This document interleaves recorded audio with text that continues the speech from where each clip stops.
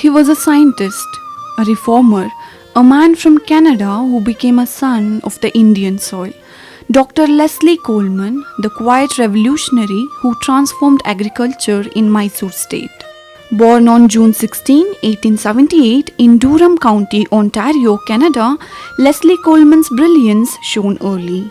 He completed his science degree from the University of Toronto, where he was awarded the prestigious Governor General's Gold Medal for academic excellence. His curiosity led him to Germany, where he earned his doctorate from the University of Göttingen, studying the critical role of soil bacteria in nitrification. In 1908, when opportunities in Europe were plenty, Coleman chose a different path. He accepted a 5-year assignment as a mycologist and entomologist in the princely state of Mysore, India. This was more than a career decision. It was the beginning of a lifelong bond with Indian agriculture, its people, and its future. At the time, agricultural science in India was still in its infancy. Coleman joined an establishment shaped by Adolphe Lehman, another Canadian who had laid the groundwork. But shortly after Coleman's arrival, Lehman returned to Canada, and Coleman was left to manage the chemistry department along with his duties in entomology and plant pathology. Undeterred, he rose to the challenge. His early research tackled pressing issues such as pest infestations and fungal outbreaks destroying yields. His methods were bold, scientific, and deeply practical. By 1912, Mysore recognized the need for a dedicated agricultural institution. That year, the Department of Agriculture was born and Coleman was appointed as its first director, a title he would hold with some intervals until 1934. Earlier contributions was the establishment of the Hebbal Agricultural School in 1913, where he served as its founding principal. Under his vision, agricultural education expanded across the state. He established vernacular schools in Hassan, Chikanahalli, and Ramakrishnapura, making scientific knowledge accessible to local farmers in their own language. But Coleman wasn't content with education alone.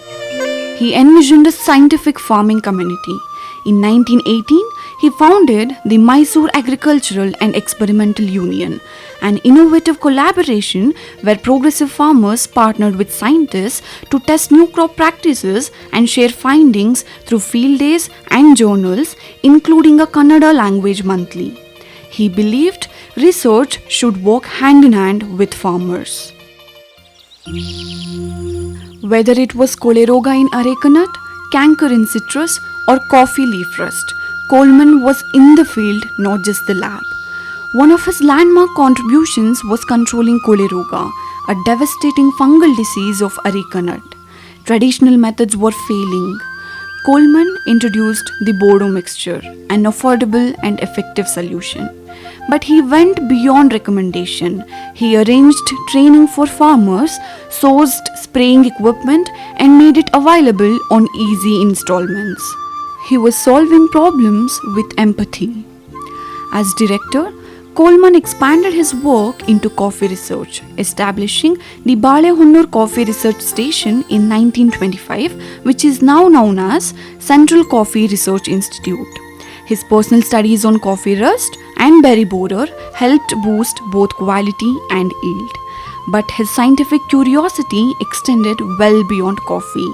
Around 1914, Coleman turned his attention to a mysterious affliction devastating one of the most prized trees of southern India, sandalwood. He studied a mycoplasma-like infection responsible for what came to be known as sandal spike disease. This disease had begun spreading rapidly across Hassan and Bangalore, triggering alarm across the state. Coleman's investigations into the cause and spread of the sandal spike were among the earliest efforts to understand this enigmatic disease. He didn't just study crops, he protected entire rural economies.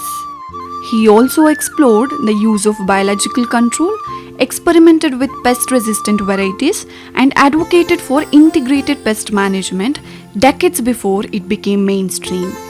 But he didn't stop at crops. By 1920, Coleman also oversaw sericulture, veterinary departments, and livestock development.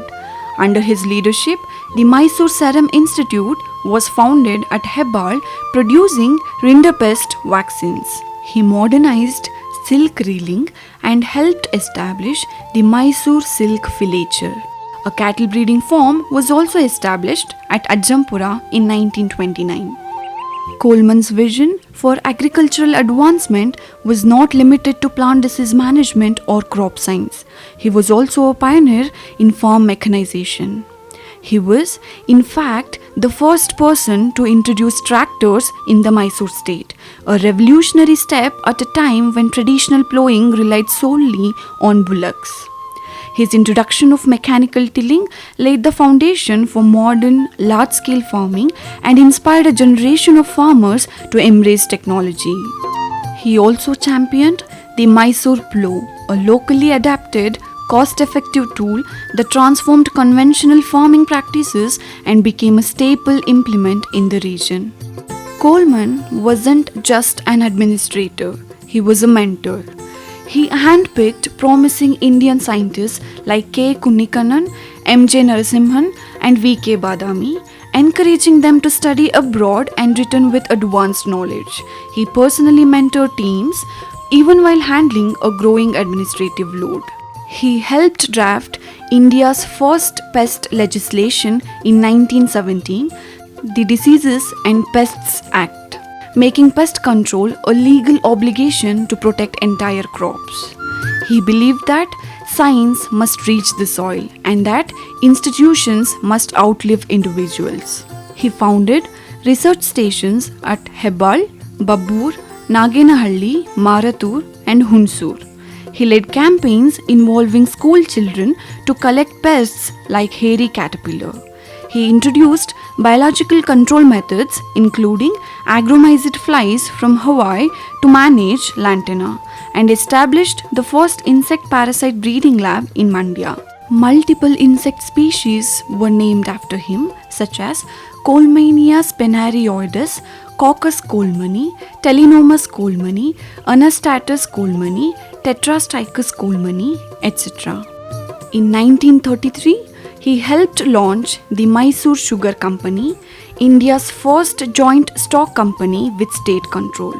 His Oppige system, a form of contract farming, gave sugarcane growers stable income and market access, decades ahead of its time. After his retirement, Coleman returned to Canada and taught at the University of Toronto. But in 1953, he returned to Karnataka one last time. The state welcomed him like a son returning home. Chief Minister Kengal Hanumantayya honored him as a state guest. Farmers whose lives he had touched welcomed him with gratitude. And true to form, Coleman didn't just come to visit. He wrote a detailed report offering yet another vision for Karnataka's agricultural future.